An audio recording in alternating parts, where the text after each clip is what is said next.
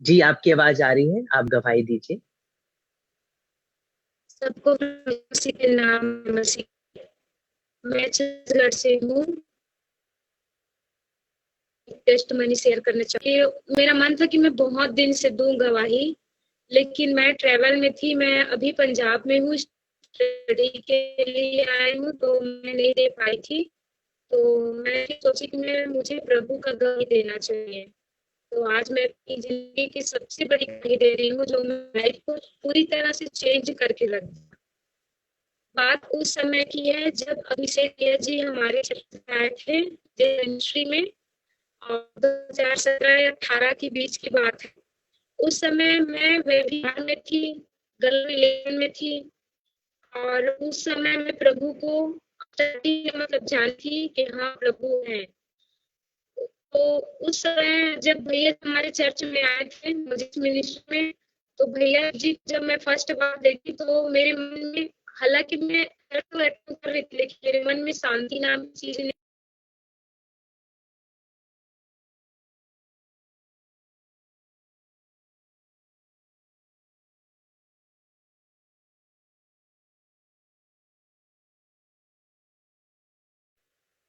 शायद network connectivity की वजह से सिस्टर से कांटेक्ट बार-बार हट जा रहा है। इस साइड, जी, हाँ, इस सिस्टर साइड अंजू से आप नेटवर्क इश्यूज है।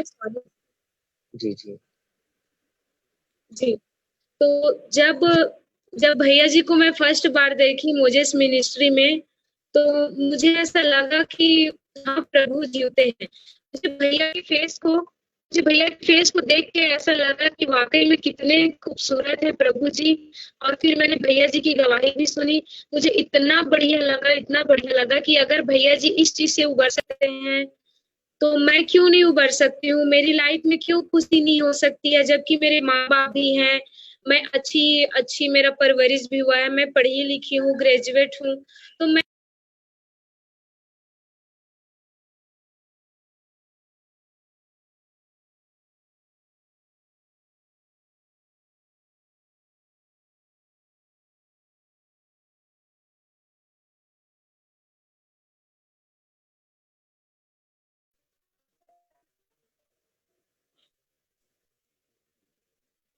जय मसीह की। मेरी आवाज आ रही है? सिस्टर बीच-बीच में आपकी आवाज बिल्कुल डिस्कनेक्ट हो जा रही है, जिस वजह से हम सब लोग आपके हाँ, वो गवाही को सुन नहीं पा रहे हैं। जी, आप अगर अभी मैं बोल क्या सकती करूँ, हैं तो इधर से प्लीज। नेटवर्क है। जी, जी, अगर आप बोल सकती हैं तो हाँ, आगे आप मैं इसको शॉर्टकट में बता सकते हैं। जी, जी, मैं अपना गवाही शॉर्टकट में। मेरी आवाज आ रही है? जी, जी, आवाज आ रही है आपकी। हाँ, मैं क्योंकि इस साइड इशू नेटवर्क।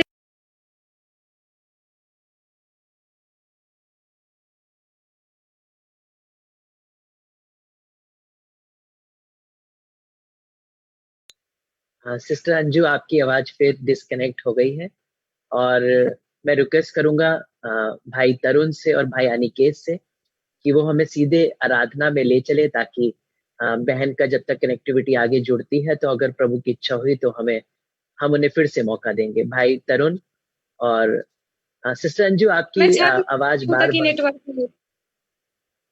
जी, जी, जी, अगर आप दे सकती हैं अपनी गवाही तो प्लीज उसे पूरी कर दीजिए।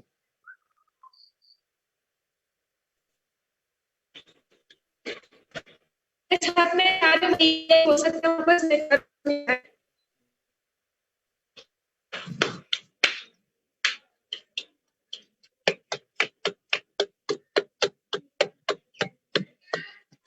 हेलो, मेरी आवाज आ रही है?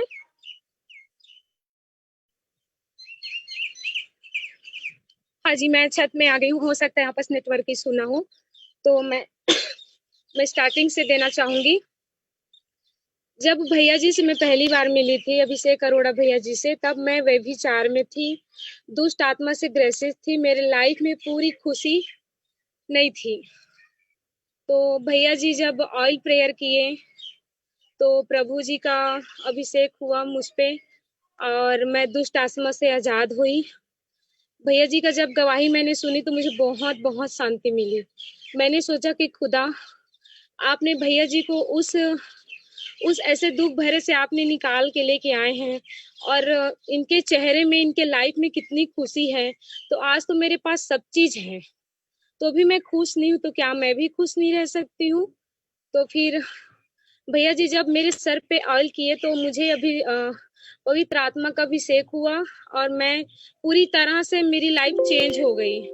फिर मेरा सोचने समझने और मेरा उठने बैठने हर चीज से मैं कट ऑफ करती गई, जो गलत चीज था। जैसे कि मैं गलत रिलेशन में थी, व्यभिचार में थी, तो सबसे पहले तो मैं उससे दूर हुई, जबकि मैं ऐसा नहीं कर पा रही थी। मैंने 1-2 साल से बहुत कोशिश कर रही थी कि मैं इस चीज से उभर जाऊं, बट मैं नहीं उभर पाती थी, क्योंकि मैं ऐसी हालत में थी, तो मुझे दुष्ट आत्मा का अटैक भी होता था। मुझे गलत गलत गलत सपने भी आते थे, और दुष्ट आत्मा मेरे साथ नाइट में गलत रिलेशन भी बनाते थे। तो मैं पूरी तरह से एकदम चिड़चिड़ापन, गुस्सा, ये गाली वाली, जब मैं प्रभु में नहीं थी। लेकिन जब भैया जी हमारे चर्च में आए, उन्होंने मुझे ऑयल से प्रेयर किए, तो मुझे बहुत अच्छा लगा। फिर फिर मतलब ये सब जितने भी गलत गलत रास्ते से, उसे तो मैं धीरे धीरे कट ऑफ होते गई। मुझे खुद पता नहीं कि मैं कैसे उस चीज से दूर हो गई। फिर एक दिन मेरा बर्थडे था, भैया जी का मैंने वेट किया, पूरे दिन वेट किया उनका फोन का, भैया जी का, कि भैया मुझसे बात करे, मेरे लिए प्रेयर करे।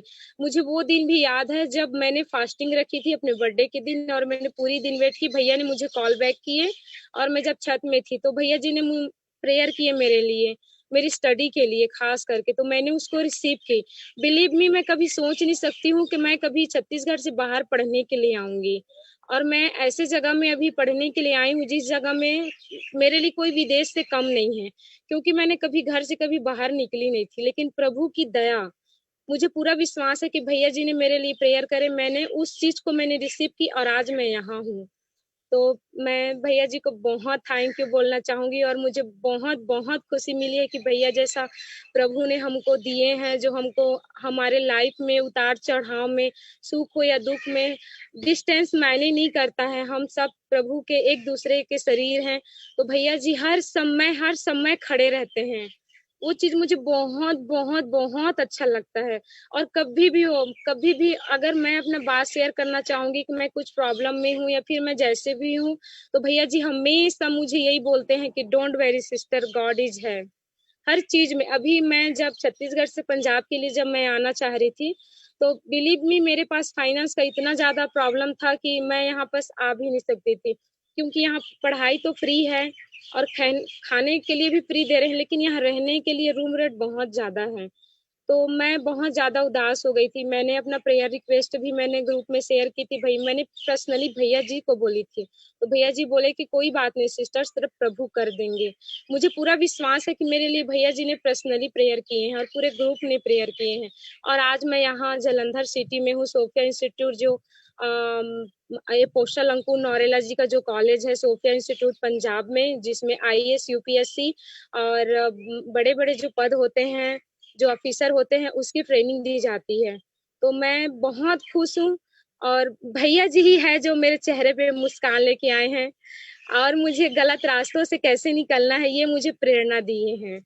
तो मैं प्रभु जी का भी बहुत धन्यवाद देती हूँ, और खास करके अपने प्यारे भैया जी की बहुत बहुत बहुत धन्यवाद देती हूँ।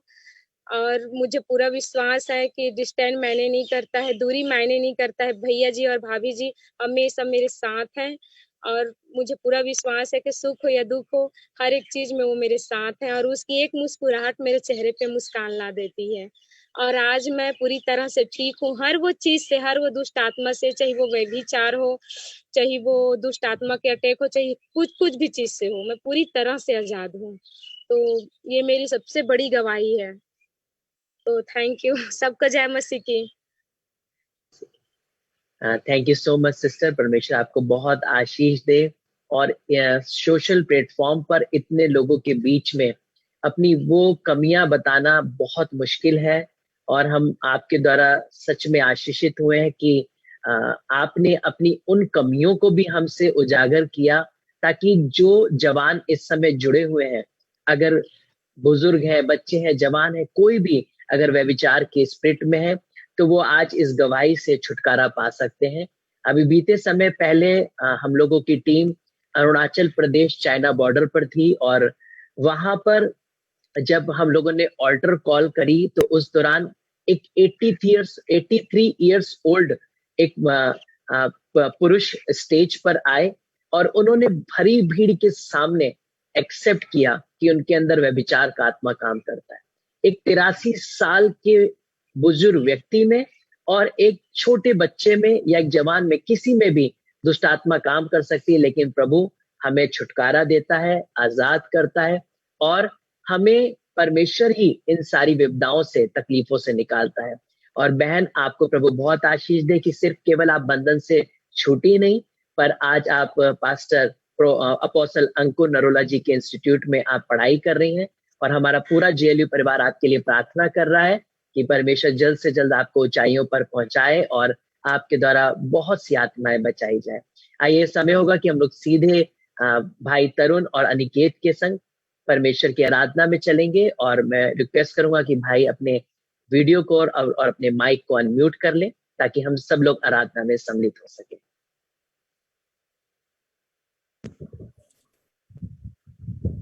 सबको जय मसीह की। प्रभु यीशु मसीह के नाम में हम आपका स्वागत करते हैं। परमेश्वर का धन्यवाद देते हैं कि प्रभु ने हमें एक बार फिर मौका दिया कि आपके साथ लाइव जुड़कर हम परमेश्वर की आराधना कर सकें। क्या मेरी आवाज भैया आ रही है? ठीक है, तो हम लोग प्रभु की महिमा करेंगे और आज की शाम हम एक गीत गाएंगे कि मुझे तो आजाद यीशु ने किया, मुझे तो आजाद यीशु ने किया। आपको पता है कि यीशु मसीह ने मेरी और आपकी आजादी के लिए अपने प्राणों को दिया। मुझे और आपको बंधन से छुड़ाने के लिए उसने अपने आप को दे दिया। और आज पता है, बहुत सारे लोगों से मैं मिलता हूँ तो वो अपने आप को कहते हैं कि प्रार्थना करो कि हम बंधनों से आजाद हो जाएं। आपको पता है रीजन एक बहुत बड़ा कोई नहीं है, सिर्फ एक छोटी सी बात है कि आपको इस बात को एक्सेप्ट करना है कि यीशु ने आपको आजाद किया है और आप आजाद हो जाएंगे। क्योंकि बाइबल में लिखा है कि तुम सत्य को जानोगे, सत्य तुम्हें स्वतंत्र करेगा। और यही सत्य है कि यीशु ने आपको आजाद किया है, कि यीशु ने मेरे और आपके खातिर कोड़ों को खाया है ताकि उसके कोड़े खाने से मैं और आप चंगे हो जाएं। यदि हम इस बात पर विश्वास करते हैं, ये बात हमारे जीवन में मैनिफेस्ट हो जाएगी। क्योंकि लिखा है कि विश्वास करने वाले के लिए सब कुछ हो सकता है। आइए मिलकर आज शाम अपनी आजादी की घोषणा करेंगे, इस बात को कहकर कि मुझे तो आजाद यीशु ने किया। हमारे साथ मिलकर गाइएगा। मुझे तो आजाद यीशु ने किया, मुझे तो आजाद यीशु ने किया, मुझे तो आजाद यीशु ने किया। तो गाओ हालेलुया, मैं तो हूँ आजाद। मुझे तो आजाद यीशु ने किया, मुझे तो आजाद यीशु ने किया, मुझे तो आजाद यीशु ने किया। तो गाओ हालेलुया, मैं तो हूँ आजाद। शैतान ने बांधा था, यीशु ने किया आजाद। शैतान ने बांधा था, यीशु ने किया आजाद। शैतान ने बांधा था, यीशु ने किया आजाद। तो गाओ हालेलुया, मैं तो हूँ आजाद। चलते चलते नूर में यीशु के साथ, चलते चलते थाम ले यीशु का हाथ। नूर में रहूंगा, फतेह पाऊंगा, मैं नूर में चलता चलूंगा। मैं यीशु के साथ नूर में चलूंगा, दिनों रात उसके पीछे मैं चलूंगा। पीछे चलूंगा, फतेह पाऊंगा। यीशु मेरा मुझे मशहूर। सूली बरे बरे चीखाई, सूली बरे बरे चीखाई, तुमने अमृत धार बहाई के पापी लिए बजाए बसे तुम्हारी महिमा। पापी लिए बजाए बसे तुम्हारी महिमा। हमसे बरनी न जाए बसे तुम्हारी महिमा। हमसे बरनी न जाए बसे तुम्हारी महिमा। पाप क्षमा सब कीना, फिर पाप क्षमा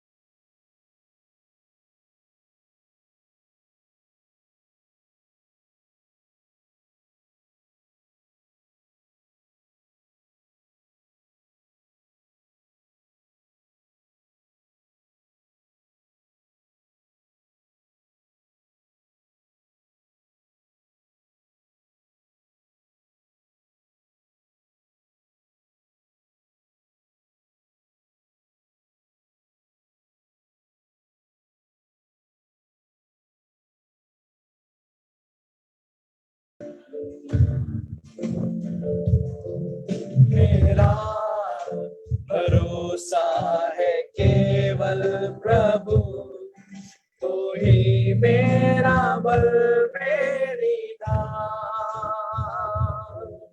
मेरा भरोसा है केवल प्रभु, वो ही मेरा बल मेरी ढाल। मेरी आंखें सदा उसकी ओर उठे, क्योंकि मुझको सहायता उसी से मिले। वो मेरी आंखें सदा उसकी ओर उठे, क्योंकि मुझको सहायता उसी से मिले। मेरा भरोसा है केवल प्रभु, वो ही मेरा बल मेरी ढाल। वो मेरा भरोसा है केवल प्रभु, वो ही मेरा बल मेरी ढाल। वो मेरी प्रभु और तू है कुमार, जैसा चाहे मुझे डाल दे। मैं हूँ बेटी प्रभु और तू है कुमार, जैसा चाहे मुझे डाल दे। ऐसा बर्तन बना जो तेरी आत्मा से हर पल हर घड़ी भरता रहे। ऐसा बर्तन बना जो तेरी आत्मा से हर पल हर घड़ी भरता रहे। मेरा भरोसा है केवल प्रभु, जो ही मेरा बल मेरी ढाल। वो मेरा भरोसा है केवल प्रभु, जो ही मेरा बल मेरी ढाल। चाहे घोर अंधकार की तराई में चलूं, तो भी हानि से ना डरूं। चाहे घोर अंधकार की तराई में चलूं, तो भी हानि से मैं ना डरूं। क्योंकि तेरे सोटे और तेरी लाठी से सदा शांति मुझे मिलती रहे। क्योंकि तेरे सोटे और तेरी लाठी से सदा शांति मुझे मिलती रहे। मेरा भरोसा है केवल प्रभु, वो ही मेरा बल मेरी ढाल। मेरा भरोसा है केवल प्रभु, वो ही मेरा बल मेरी ढाल। मेरा भरोसा है केवल प्रभु, वो ही मेरा बल मेरी ढाल। मैं हूँ यहाँ प्रभु, मैं हूँ यहाँ प्रभु। आइए मिलकर इस बात को कहें, मैं हूँ यहाँ। जहाँ कहीं भी हम हैं, अपने हाथों को उठाकर आज शाम प्रभु से कहें, मैं हूँ यहाँ। One more time, मैं हूँ यहाँ। मैं हूँ यहाँ प्रभु,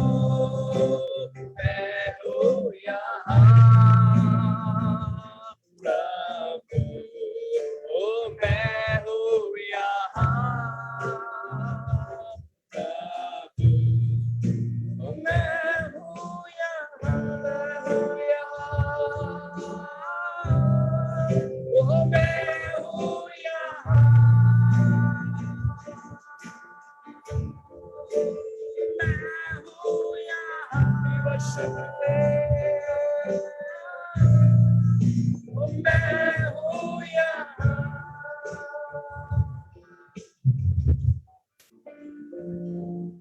सर्वशक्तिमान परमेश्वर पिता, एक बार फिर पुनः आपके चरणों में आते हैं, नतमस्तक है प्रभु आपके चरणों में, और आपको धन्यवाद देना चाहते हैं मुबारक लम्हों के लिए प्रभु जो आपने हमारी जिंदगियों में जोड़े हैं पिता, कि हम प्रभु यीशु मसीह इन लम्हों में कहीं और ना होकर तेरी हुजूरी में और पिता तेरे चरणों में तेरी आराधना करते हुए पाए जाते हैं। प्रभु हम इस बात के लिए तुझको धन्यवाद देते हैं, क्योंकि प्रभु आज हम जब तेरी आराधना कर रहे हैं तो हम ये पिता परमेश्वर अपने जीवन के पिता हम उस हिस्से को पिता परमेश्वर उस कार्य को कर रहे हैं जिस कार्य को करने के लिए ही तूने हमें सृजा है पिता।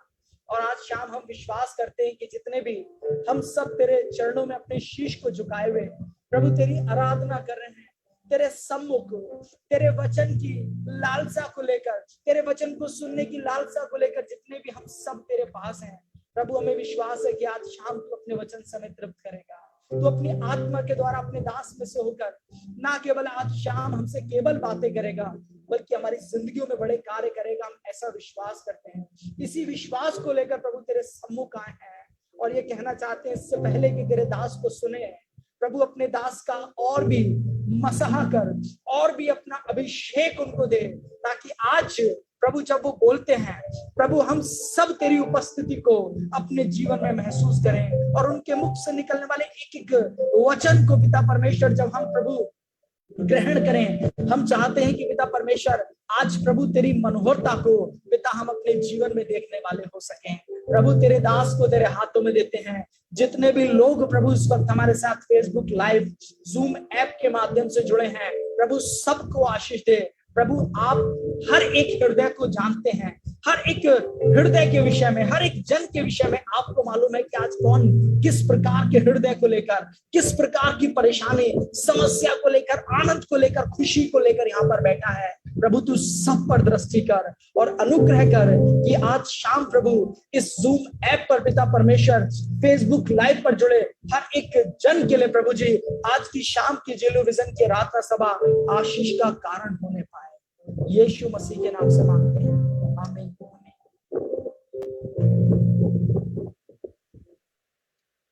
Thank you so much brother. प्रभु आप दोनों को बहुत आशीष दे। इस अच्छी आराधना संचालन के लिए हम आपका धन्यवाद देते हैं और हम सब ने बरकत पाई है और हम विश्वास करते हैं कि जो प्रार्थना आपने की है और जो गीत आपने गाए हैं उसके अनुसार हम सब परमेश्वर की महिमा में इस समय बने हुए हैं और आगे भी हम सब परमेश्वर की महिमा में बने रहेंगे। आगे जब हम लोग परमेश्वर के वचन में जाने वाले हैं, आप और मैं हम सब जानते हैं कि बीते कुछ सप्ताह से हम लोग यीशु मसीह के आगमन की चर्चा कर रहे हैं और ये आगमन है द्वितीय आगमन, जिसके लिए हम अपने विश्वासियों को तैयार कर रहे हैं और साथ ही साथ हमारा मेन उद्देश्य ये है कि हम उस अनंत काल की आग में ना जाए, पर जब यीशु मसीह द्वितीय आगमन में आए तो हम उसके संग उठाए जाने वाले बन सके, बादलों पर पहुंचाए जाने वाले बन सके और उस रैप्चर में हमारा भी नाम हो, ताकि हम उस महासंकट से, उस 3.5 काल से और उन सारी विपदाओं से बच जाएं जो आने वाली विपत्तियां इस पृथ्वी पर आने वाली हैं और जो उस दूसरे आगमन में अर्थात यीशु मसीह के आगमन में रैप्चर में उठाए जाएंगे, उन पर कोई भी मृत्यु हानि नहीं पहुंचा सकती। और साथ ही साथ जैसे हमने बीते सप्ताहों में शेयर किया कि वो सीधा न्याय सिंहासन के सामने परमेश्वर के राज में पहुंचेंगे, क्योंकि द्वितीय आगमन में अर्थात रैप्चर में वही लोग उठाए जाएंगे जो परमेश्वर के राज के वारिस होंगे। और हम लोग पहले भी पढ़ा कि जितने मुर्दे हैं जो परमेश्वर में सो गए हैं, अर्थात जिन्होंने अपने जीवन को परमेश्वर के लिए दिया और जिन्होंने मृत्यु के स्वाद को भी चखा, वो सब हमसे पहले उठा लिए जाएंगे और हम उनके संग बादलों पे मुलाकात करने पाएंगे। हमने अब तक जितनी भी टीचिंग की वो सारी टीचिंग हमारी न्यू टेस्टमेंट में थी, जो हम लोगों ने मत्ती की पुस्तक से और लूका की पुस्तक से, मरकुस की पुस्तक से और हम लोगों ने थिस्सलुनीकियों की पुस्तक से और भी बहुत से ऐसे वचनों से हमने जाना जहां पर यीशु मसीह के आगमन की हमने चर्चा की है। लेकिन आज हम लोग दानियल की पुस्तक में कुछ आयतों में, कुछ अध्याय में जाएंगे जहां पर हम लोग पढ़ेंगे कि दानियल को भी प्रभु यीशु मसीह ने दर्शन दिया और साथ ही साथ यीशु मसीह के आगमन का भी दर्शन दानियल को मिला, क्योंकि बहुत सी ऐसी बातें प्रकाशित वाक्य में है जो जो यूहन्ना पर प्रकट की गई, लेकिन वही कुछ बातें दानियल में भी है जो प्रकाशित वाक्य में हमें कोडेड मिलती है। आइए हम लोग निकालेंगे दानियल की पुस्तक 7 अध्याय और उसकी 9 आयत से 14 आयत तक। हम लोग इस समय कोई प्रीचिंग सेशन में नहीं है, आप सब जैसे जानते हैं कि हम लोग इस समय टीचिंग सेशन में है। हम लोग आयतों को पढ़ते हैं और एक दूसरे के संग बैठकर मनन करते हैं, और आगे जाने वाली आयतों में हम पढ़ने से पहले, जैसे मैंने आपसे बीते सप्ताह में कहा था कि अगर इन सभाओं में आपको बरकत मिली है तो आप हमसे जरूर शेयर करें।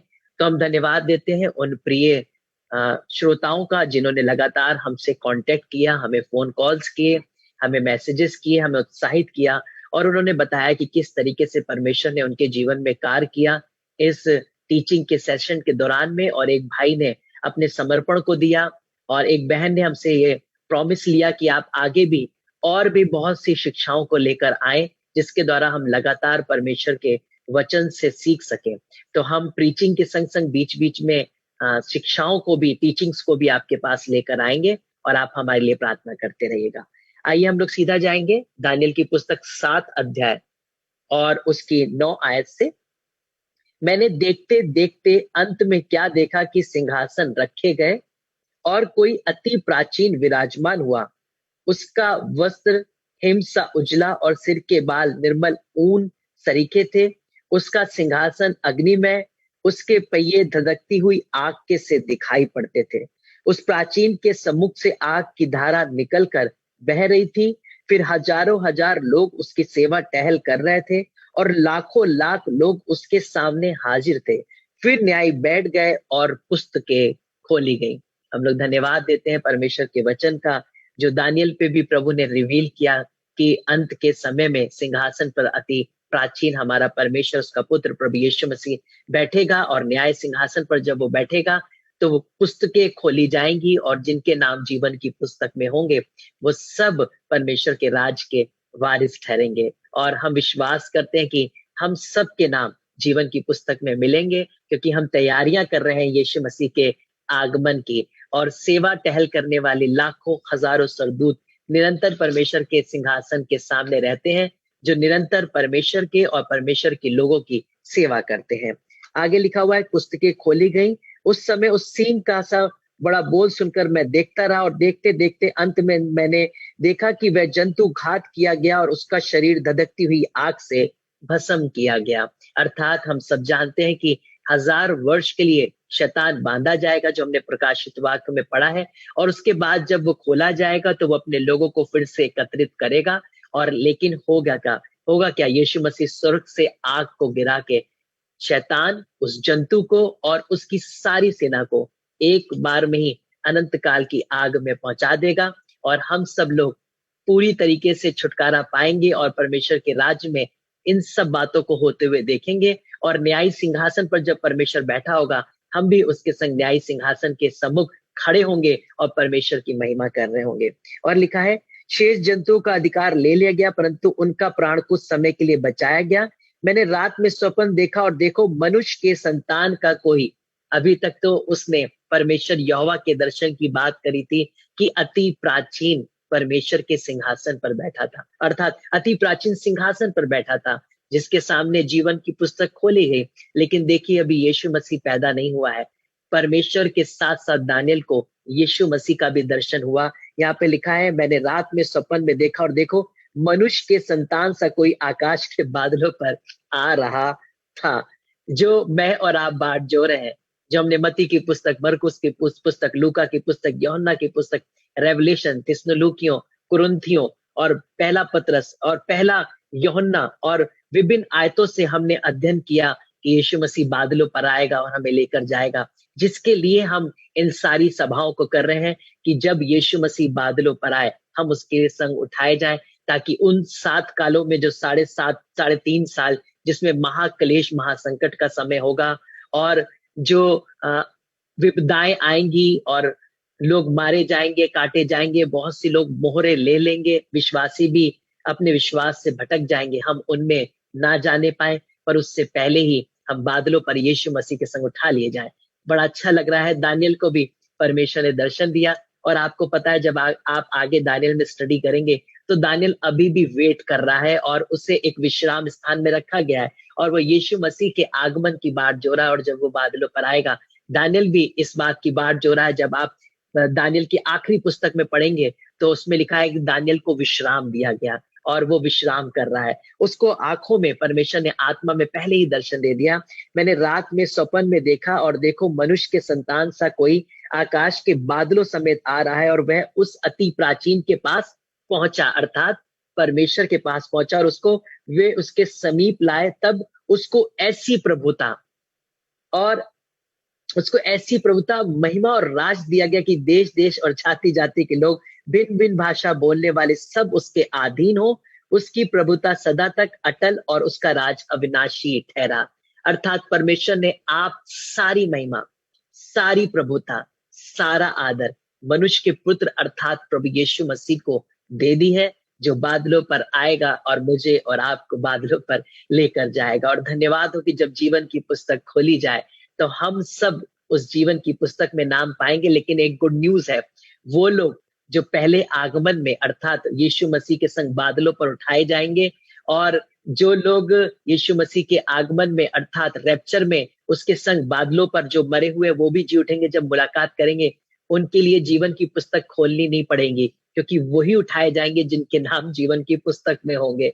वही लोग बादलों पर ले जाए जाएंगे जो जीवन की पुस्तक में पाए जाते हैं। जो पहला रैप्चर है, जो पहला उत्थान है, वो सिर्फ केवल कलीसिया का है, विश्वासियों का है, जिन्होंने अपना जीवन यीशु मसीह को दे दिया है, जिसमें बहुत से लोग बद भी हो गए, मर भी गए, लेकिन धन्यवाद हो कि मरे हुए भी जी उठेंगे और जीवित भी जी उठेंगे और हम सब बादलों पर प्रभु यीशु मसीह के संग मुलाकात करेंगे। जो हम लगातार चर्चा कर रहे हैं और दानियल भी इस बात की चर्चा कर रहा है कि परमेश्वर ने सारी प्रभुता, सारी महिमा, सारा अधिकार, और गुड न्यूज ये है कि देश देश और जाति जाति के लोग अर्थात किसी भी कुल, किसी भी जाति, किसी भी धर्म, किसी भी देश के लोग होंगे, भिन्न भिन्न भाषा बोलने वाले, आप किसी भी प्रांत, किसी भी स्थान से, किसी भी भाषा के बोलने वाले क्यों ना हो, उन सबको परमेश्वर ने प्रभु यीशु मसीह के अधीन कर दिया है। और गुड न्यूज ये है कि उसकी प्रभुता सदा तक अटल और उसका राज अविनाशी ठहरा। वो कभी भी नहीं टलने वाला है, उसका राज कभी भी नहीं हटने वाला है।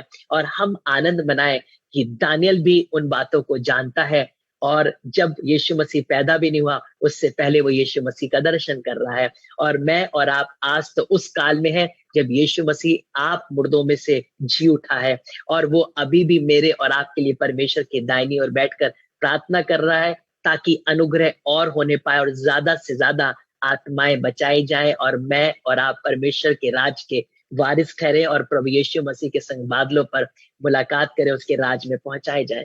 कुछ और भी आयतें हैं जहां पर दानियल ने यीशु मसीह का स्वरूप देखा है और उसने चर्चा करी है। आइए हम लोग निकालेंगे दानियल 10 और उसकी 16। दानियल की पुस्तक 10 अध्याय और उसकी 16 आयत में इस प्रकार से लिखा हुआ है, तब मनुष्य के समान, पहले भी हमने देखा कि दानियल ने बोला कि मनुष्य के संतान के स्वरूप में प्रभु यीशु मसीह ने उसे दर्शन दिया और अति प्राचीन सिंहासन पर बैठा था और उस अति प्राचीन के पास मनुष्य के संतान अर्थात प्रभु यीशु मसीह पहुंचाया गया और सारी प्रभुता, सारी महिमा, सारा अधिकार उसके हाथ में दे दिया गया। और वही मनुष्य की संतान जो उसको 7वें अध्याय में दानियल से मुलाकात करता है, वही प्रभु यीशु मसीह अब 10वें अध्याय में भी दानियल से मुलाकात कर रहा है। और लिखा है, तब मनुष्य के समान किसी ने मुझे छूकर फिर हियाव बंधाया और उसने कहा, हे अति प्रिय पुरुष, मत डर, तुझे शांति मिले, तू दृढ़ हो और तेरा हियाव बांधा रहे।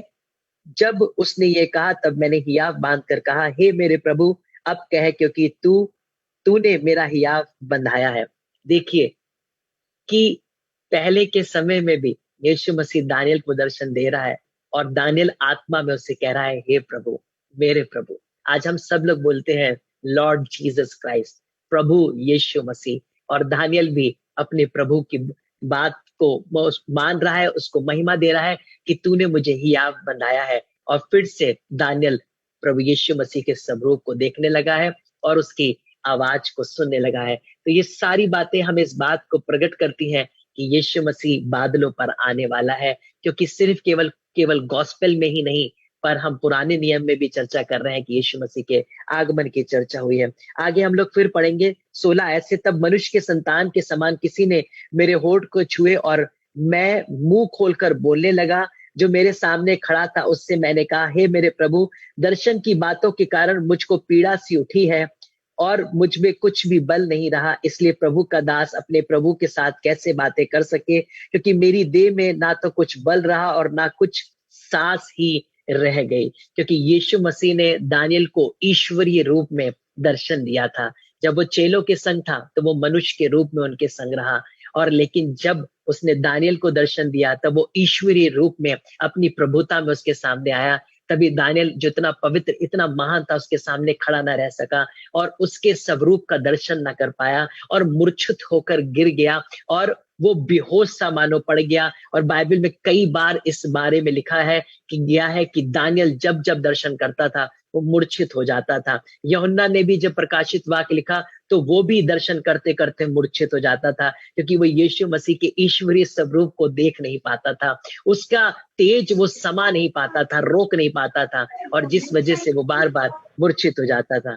मैं रिक्वेस्ट करूंगा, किसी का माइक अनम्यूट हो गया है, प्लीज अपना माइक आप म्यूट कर लीजिए, थैंक यू।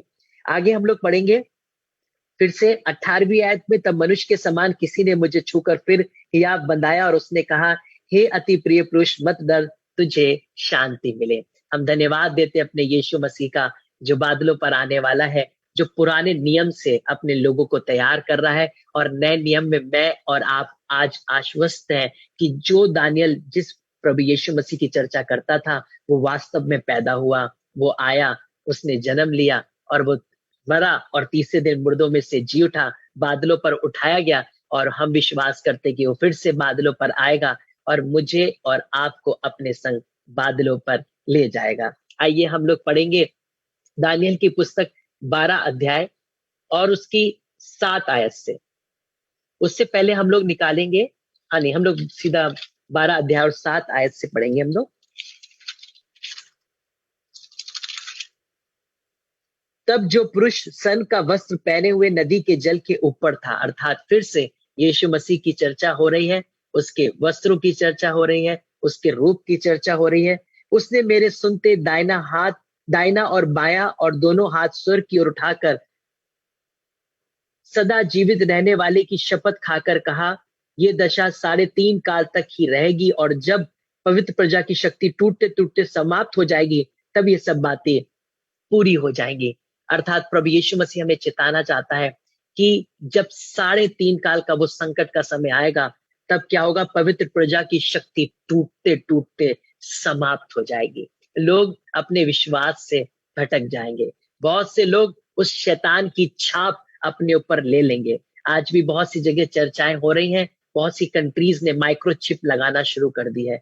उस माइक्रोचिप में उनका सारा डाटा है, सारे बैंक अकाउंट है, वो किसी भी मेट्रो ट्रेन में किसी भी स्टेशन पर जा सकते हैं, कहीं भी वो एंट्री कर सकते हैं और वो चिप तुरंत डिटेक्ट कर लेती है उनकी पूरी आइडेंटिटी को, और जो भी उनका बैंक अकाउंट होता है उसमें से डिटेक्ट कर देती है उनके बैलेंस को, जहां जहां वो उस चिप के थ्रू एंटर करते हैं, और अपने आप उनके प्लेन के टिकट, उनके ट्रेन के टिकट्स और उनके सिनेमा हॉल में जाना, कहीं भी वो जाते हैं, वो ऑटो जो चिप उनके अंदर इनबिल्ड की गई है, वो चिप ऑटो सिस्टम में उनकी पूरी आइडेंटिटी को, उनके पूरे बैलेंस को डिटेक्ट करती है, और वो कहीं भी जाते हैं उस चिप से उनको परमिशन मिलती है कि वो कहीं भी आ जा सकते हैं, और उनके बैंक अकाउंट से भी उनके समय समय पर जो उनको ट्रांजैक्शन करना होता है वो उस चिप से करते रहते हैं। लेकिन हमारे लिए गुड न्यूज ये है कि जिसमें पवित्र प्रजा की शक्ति सामर्थ जाती रहेगी, ये हम नहीं देखेंगे।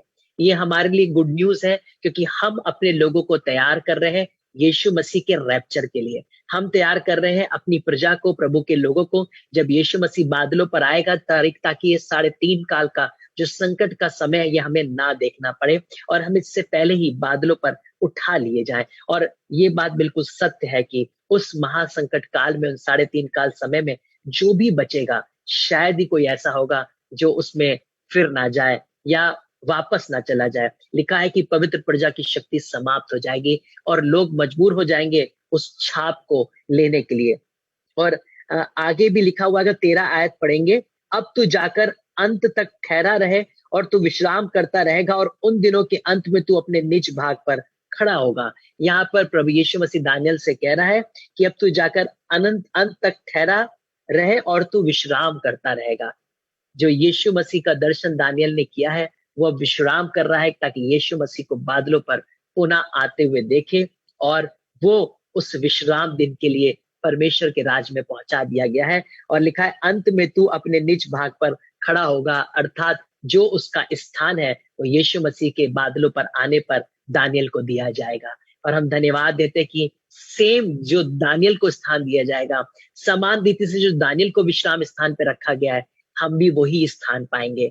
अगर हम सो भी जाते हैं, अगर हमारे सामने यीशु मसीह नहीं आता है बादलों पे और हम नहीं उठाए जाते हैं, रैप्चर के समय हमारे सो जाने के बाद आएगा, तो भी हम दानियल की तरह विश्राम करेंगे।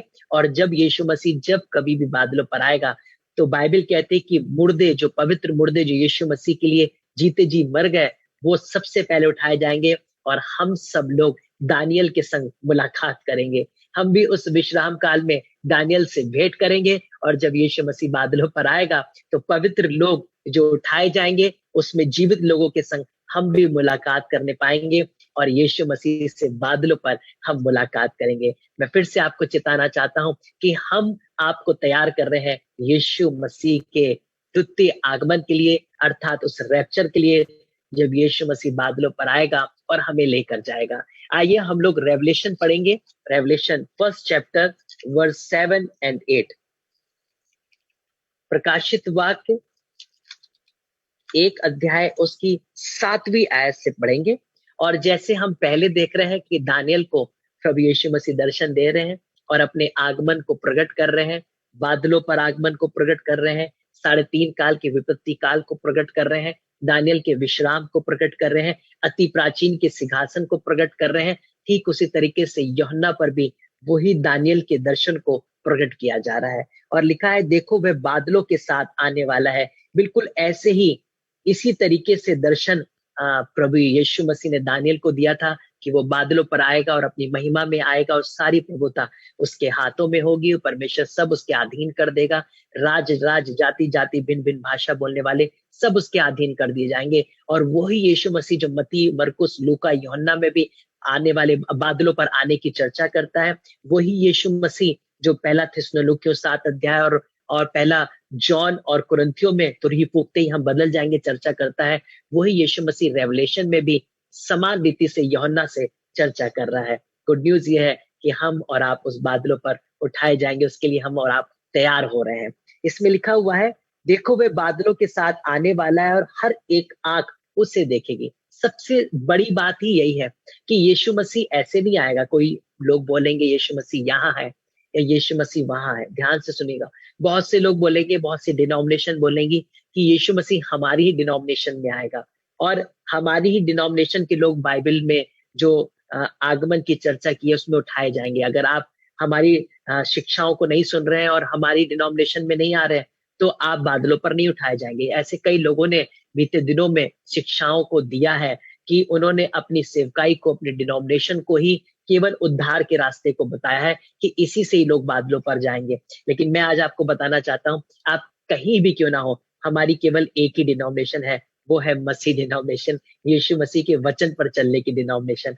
हमारा एक ही महायाजक है, वो है यीशु मसीह। हमारी एक ही कलीसिया है, वो है मसीह कलीसिया। हम इस पृथ्वी पर जितने भी लोग हैं, सब एक ही कलीसिया का अंग है, क्योंकि यीशु मसीह देह है और हम सब उसके अंग हैं।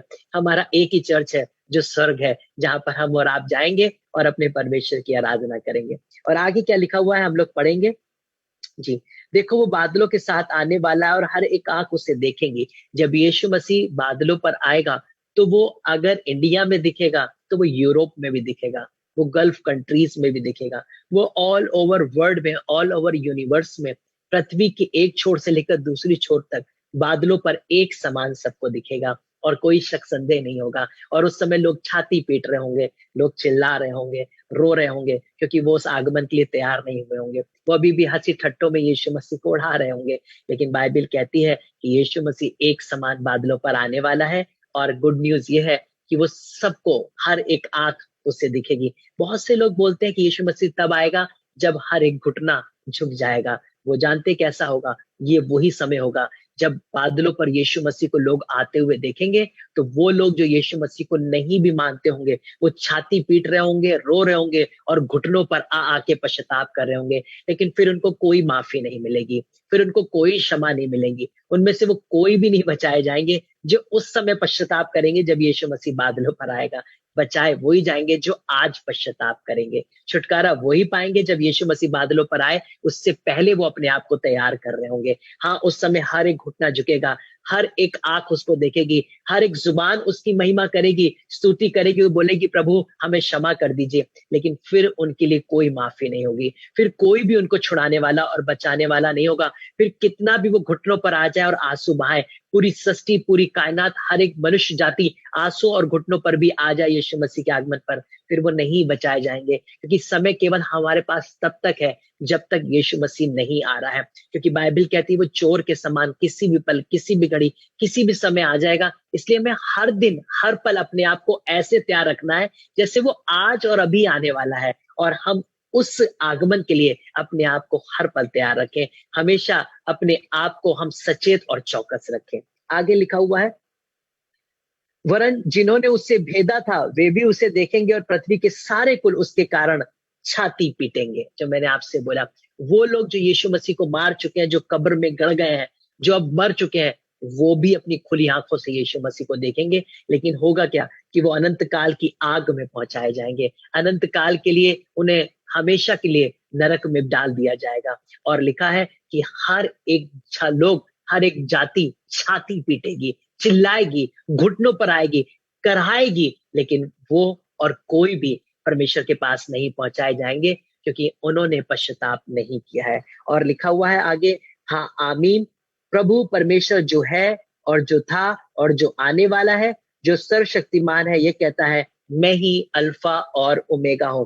आज मैं आपसे इस टॉपिक से हटकर बात कर रहा हूं।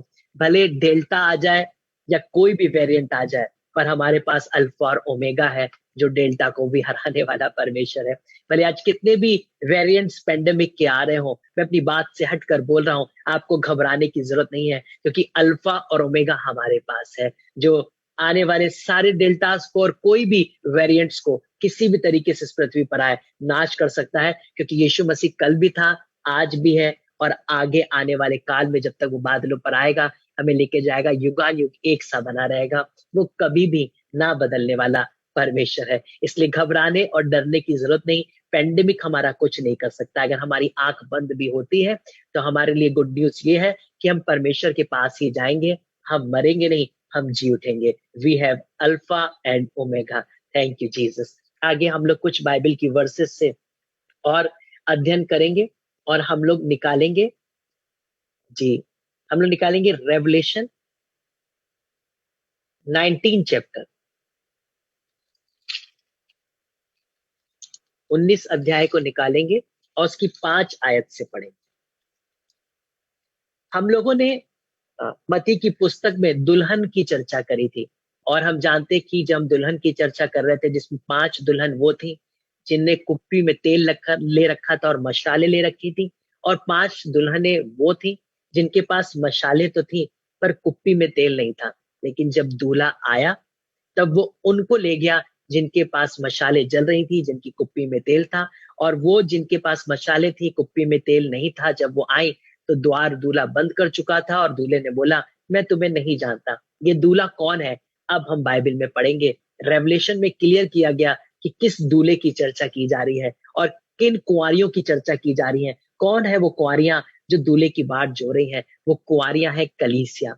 वो कुंवारियां है परमेश्वर के चुने हुए लोग, जो उसके लिए आराधना में, संगति में दिन रात लगे रहते हैं, कि जब यीशु मसीह बादलों पर आएगा तो हमें लेकर जाएगा। दूल्हा है यीशु मसीह और कुंवारियां है कलीसिया, जो मैं और आप है। इसको लोग बहुत से अदर डिनोमिनेशन वाले बोलने लग जाते हैं कि किस प्रभु को मानते हो जो हमें पत्नी बोलता है और अपने आप को पति बोलता है, पर वो इस संबंध को नहीं जानते हैं कि ये पवित्र संबंध है। इसका भेद कुछ और है जो हम जब परमेश्वर के वचन पढ़ते हैं तब जानते हैं। और आगे लिखा हुआ है, तब सिंहासन में से एक शब्द निकला, हे हमारे परमेश्वर से सब डरने वाले दासों, क्या छोटे क्या बड़े, तुम सब उसकी स्तुति करो। ये वो हैं जो दुल्हने हैं, कुंवारियां हैं। ये सब के सब, छोटे या बड़े, आप कोई भी हो, आप भले अपोस्टल ना हो, पास्टर ना हो, प्रोफेट ना हो, इवेंजलिस्ट ना हो, आप छोटे बड़े कोई भी साधारण विश्वासी हो, हम सब बादलों पर उठाए जाएंगे और हम सब उसकी कलीसिया के रूप में चुने जाएंगे और हम उन अभिषिक्त सेवकों के संग साथ खड़े किए जाएंगे। वहां पे हमें कोई भी बैर भाव या कोई भी ऊंच नीच या छोटे बड़े का हमें कोई भी अंतर नहीं किया जाएगा। इसलिए लिखा हुआ, क्या छोटे क्या बड़े, तुम सब उसकी स्तुति करो।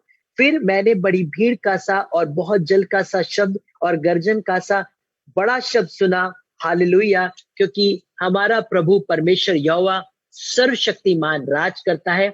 आओ हम आनंदित और मगन हो, आओ उसकी स्तुति करें, क्योंकि मेमने का विवाह आ पहुंचा है।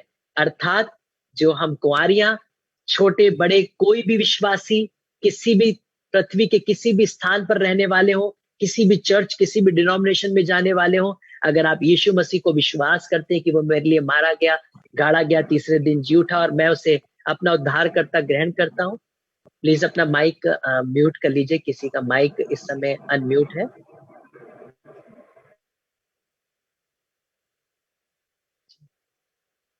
Thank you Jesus. और हम लोग ने उसमें चर्चा करी थी, तो अब हम लोग पढ़ रहे हैं कि क्योंकि मेमने का विवाह आ पहुंचा है और उसकी दुल्हन ने अपने आप को तैयार कर लिया है। जो हम लोगों ने मती में पढ़ा था कि मेमने का विवाह अर्थात दूल्हा आ रहा है और कुंवारियां जो तैयार थी, वो दूल्हा आया और उन कुंवारियों को लेकर चला गया जिनके पास मशाले और कुप्पी में तेल था। यहाँ रेवलेशन में क्लियर किया जा रहा है कि वो दूल्हा कौन है और वो कुंवारियां कौन है। लिखा है, क्या छोटे क्या बड़े, कोई भी उस यहोवा की स्तुति करे। ये कुंवारियां वही कलीसिया है, चाहे वो साधारण विश्वासी हो, चाहे वो पास्टर्स हो, चाहे वो अपोस्टल हो, चाहे वो एवेंजलिस्ट हो, चाहे वो कोई भी पदवी पर सेवा करने वाले हो, परमेश्वर के राज के लिए वो सब एक समान है। और जब दूल्हा अर्थात यीशु मसीह आएगा, जो दुल्हन तैयार होगी अर्थात कलीसिया जो तैयार होगी, दूल्हा आएगा और उस दुल्हन को, उन कुंवारियों को, अपनी कलीसिया को अपने साथ लेकर जाएगा। क्योंकि लिखा है, मेमने का विवाह आ पहुंचा है और उसकी दुल्हन ने अपने आप को तैयार कर लिया है। यहां पर ध्यान से समझिएगा, हमें अपने आप को तैयार नहीं करना है।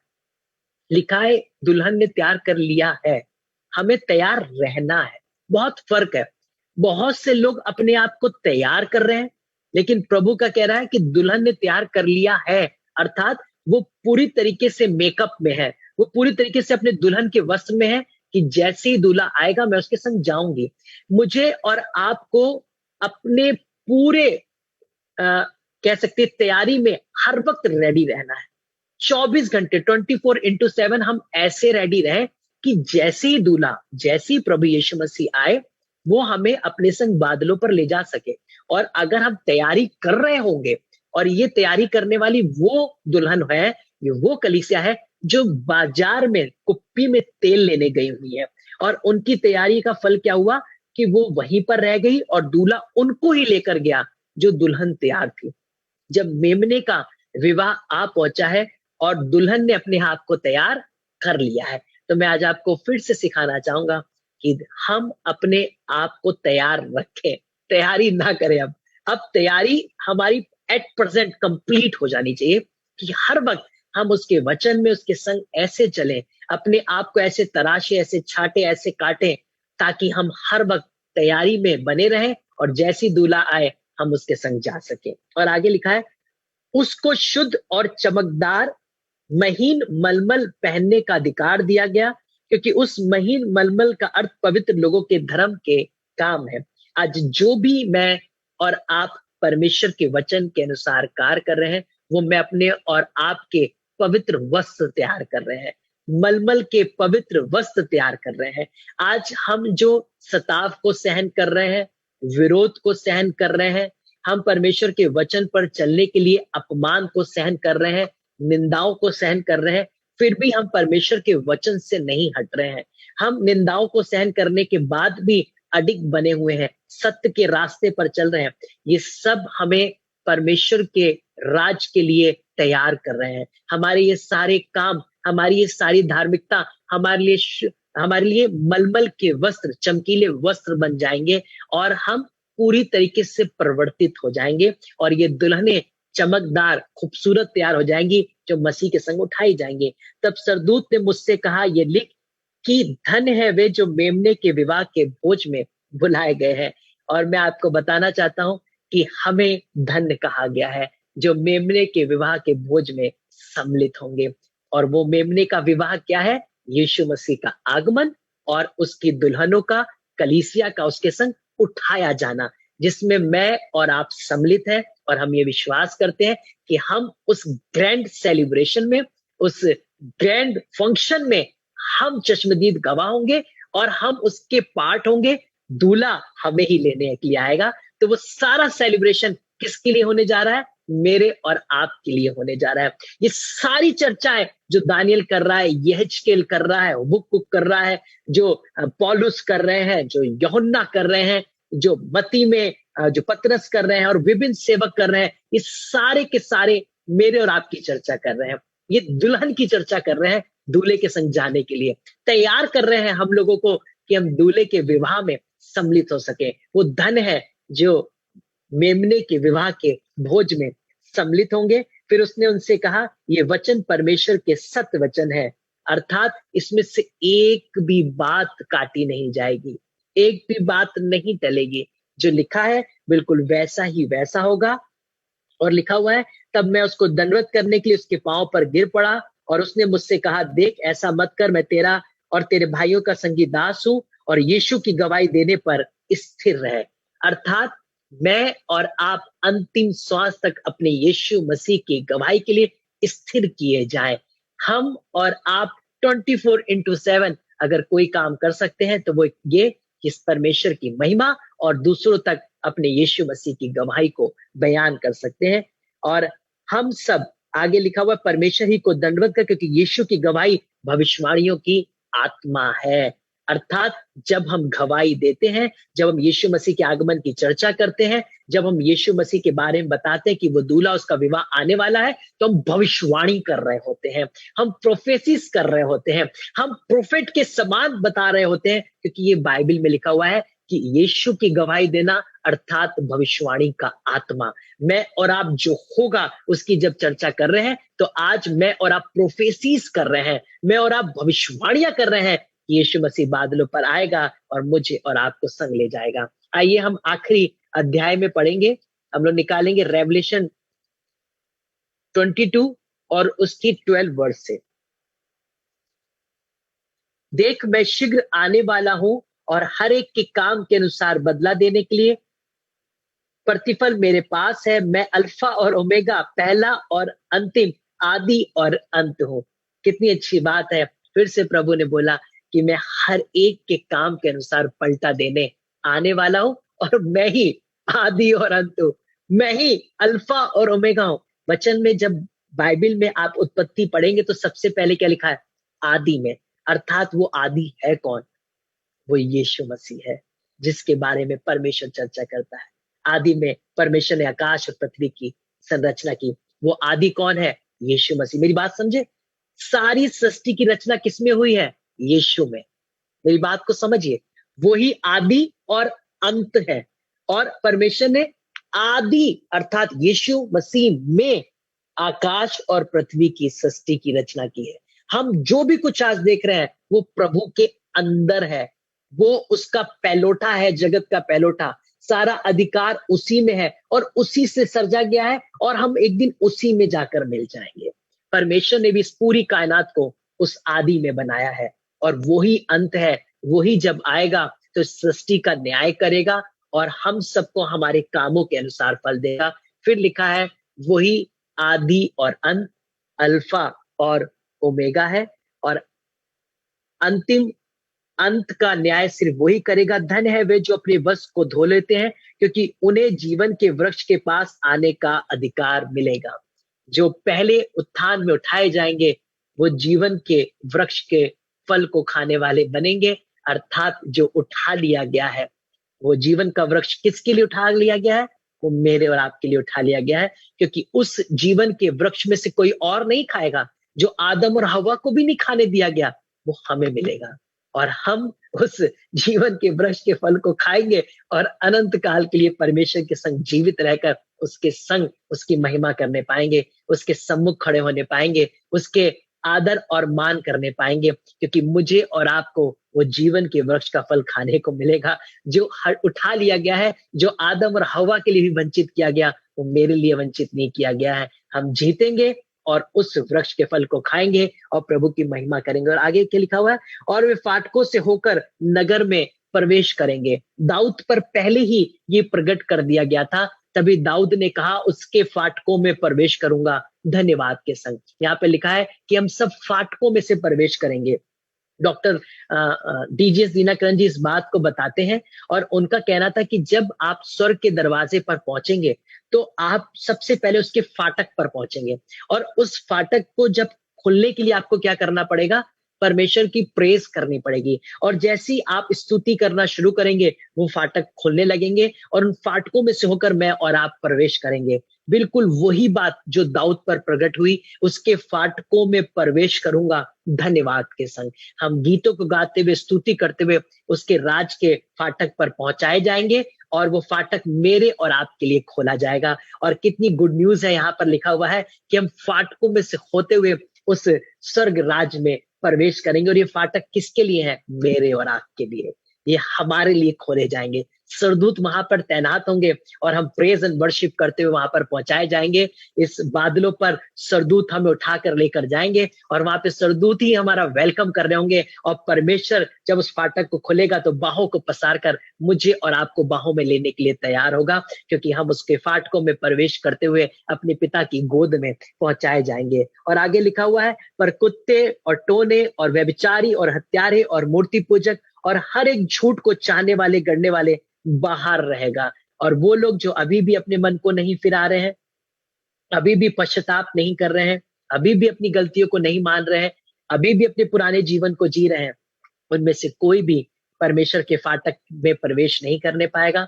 वो सब बाहर ही खड़े कर दिए जाएंगे। तो आज हम अपने इस यीशु मसीह के आगमन के सेशंस को यहीं पर समाप्त करते हैं और फिर से कहना चाहते हैं कि हम आपको तैयार कर रहे हैं यीशु मसीह के द्वितीय आगमन के लिए, अर्थात रैप्चर के लिए। जब वो बादलों पर आए तब हम उसके संग उठाए जाए, ताकि वो महासंकट का समय, वो 3.5 काल का समय, वो छाप, वो मोहर हमको ना लेनी पड़े और हम उन सारी विपदाओं से बचाए जाएं और यीशु मसीह के संग जब मृतक जी उठेंगे और जीवित भी उठा लिए जाएंगे, बादलों में मुलाकात कर सके। आइए अपनी आंखों को बंद करें और अपने प्रभु यीशु मसीह के चरणों में चलें। Thank you Jesus, hallelujah. Worship you Lord, worship you Jesus, worship you Jesus. अगर मार्क अब्राहम अगर कोई सॉन्ग लीड कर सकते हैं तो प्लीज अपना माइक अनम्यूट कर लीजिए। मार्क अब्राहम कॉडी, अगर आप कोई सॉन्ग ले सकते हैं या अंकल आपके संग कोई सॉन्ग ले सकते हैं तो आप अपना माइक अनम्यूट कर लीजिए।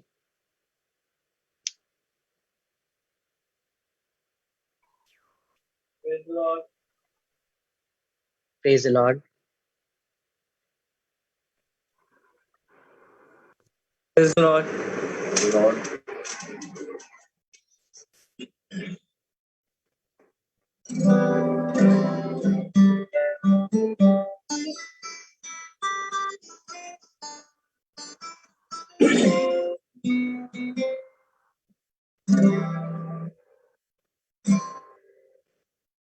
जीवन की खोज में मृत्यु कर जाना तो होगा एक दिन। जीवन की खोज की तो कर ले जाना तो होगा एक दिन।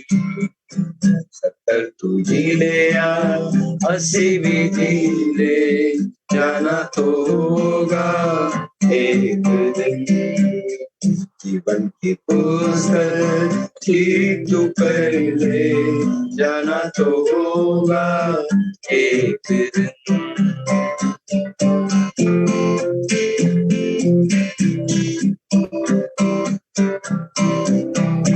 आत्मा के फल क्या तुझ में लगे हैं, जीवित वचन क्या तूने सुने हैं। आत्मा के फल क्या तुझ में लगे हैं, जीवित वचन क्या तूने सुने हैं। अभी समय है तैयारी कर ले, जाना तो होगा एक दिन।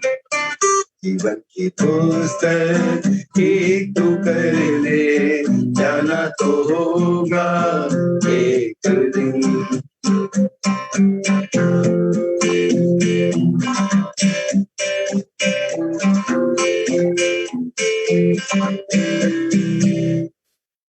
जीवित वचन क्या तूने सुनाया, क्या जीवनों को तूने बचाया।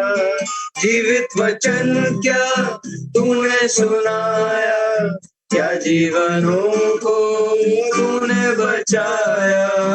अभी समय है ये काम कर ले, जाना तो होगा एक दिन। की पुस्तक ठीक तू कर ले, जाना तो होगा एक दिन। 70 तू जी ले यार, 80 भी जी ले, जाना तो होगा एक दिन। जाना तो होगा एक दिन, जाना तो होगा एक दिन। Praise the Lord. आइए हम अपनी आंखों को बंद करेंगे और सभा के अंत में प्रार्थना में जाएंगे।